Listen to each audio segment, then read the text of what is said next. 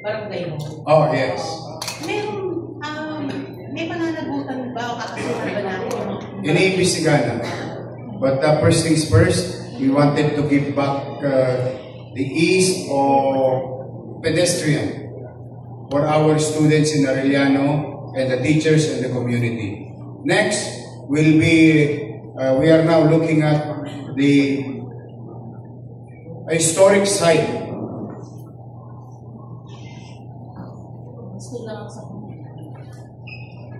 A historic site, Plaza del Piero, na baboy din ng congressman. So the point is, hindi ko malaman kung paano nila nagagawa ito ng walang building permit. Meron pa isa doon na sa Quiapo area, easement, ginawang multi-purpose hall na naman ng barangay. Pondo rin ng congressman. 43 million yata yun. Easement. Pina-inspection namin ngayon. In fact, pina-check ko nga kung may building permit din. Dahil pag wala, they have to stop. Kasi easement yun eh. Ilog yung katabi. Kaya, tingnan mo, ayan, katulad ng tanong mo, totoo, kung lilinisin natin yung mga iskinita, mga kalihon, kaya lumalakas ang loob ng taong bayan, ng iilang individual na gawin yung gusto nilang gawin. Bakit? Nakikita sa mga congressman.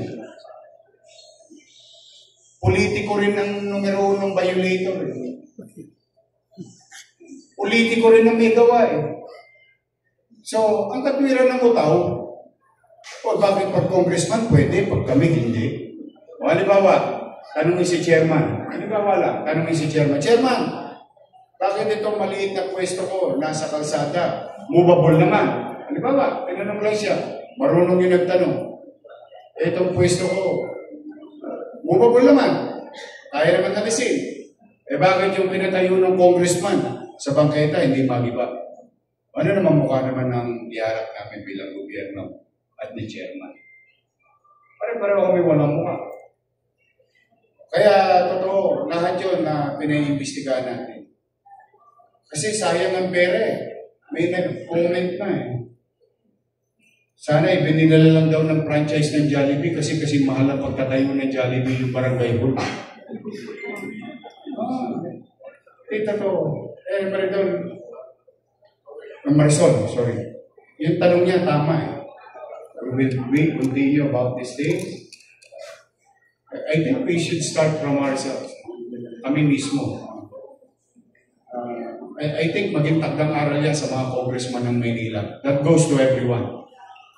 We cannot continue doing this kasi sisingilin tayo ng taong bayan Bakit kung ikaw, congressman, pwede ka? Pag kami hindi. Ikaw, pwede ka maggawa ng obstruction dahil congressman ka. Yan ang dapat na iniimbestigahan sa Quadcom ba yun? Quadcom. Yan totoo. Kaya kita mo, ito na Hello guys, nandito tayo sa Barangay 170, Zone 15. Ito, yung sinasabi ni Yorme, yung Plaza del Piero. Guys, tara, ikutin natin, pakita natin sa inyo yung lugar na to. Ayan o.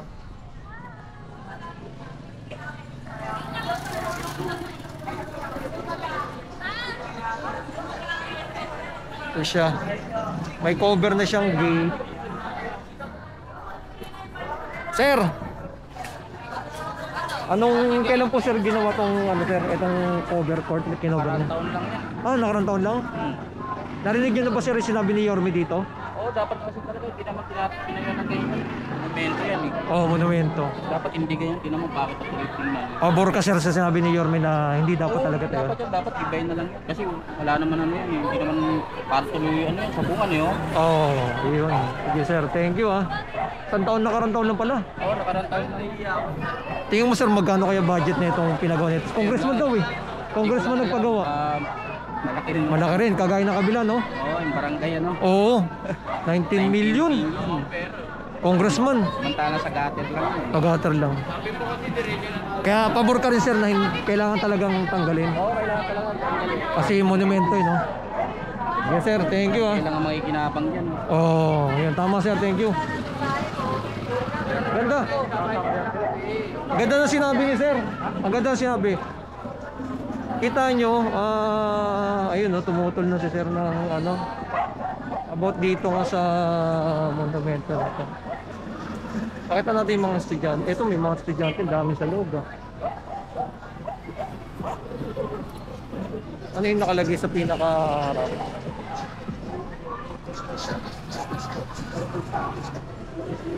Meron siyang third floor. Pasokin natin yung pinaka-loob.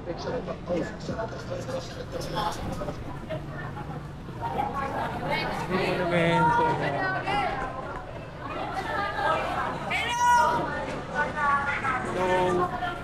So, wala nakalagay sa pangalan. Happy New Year!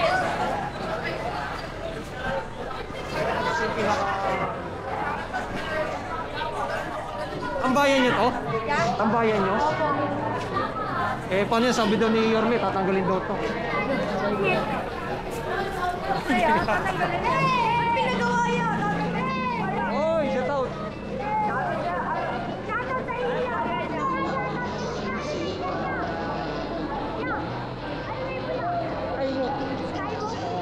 Skywalk TV.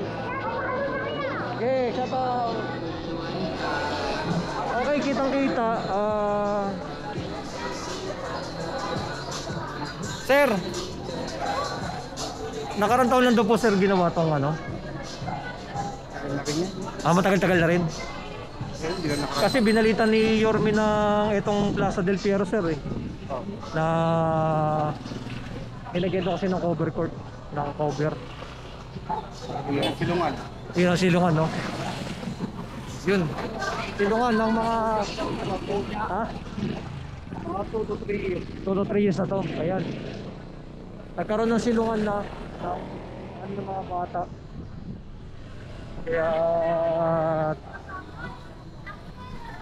Kaya no, project ng Congressman Roland Valeriano. Exercise equipment for senior. Ayan. Congressman Roland Valeriano ang may project. Yun ang ano natin, nakuha natin na informasyon dito sa lugar na to. Okay, nakita na natin kung sino congressman. Like and comment and share.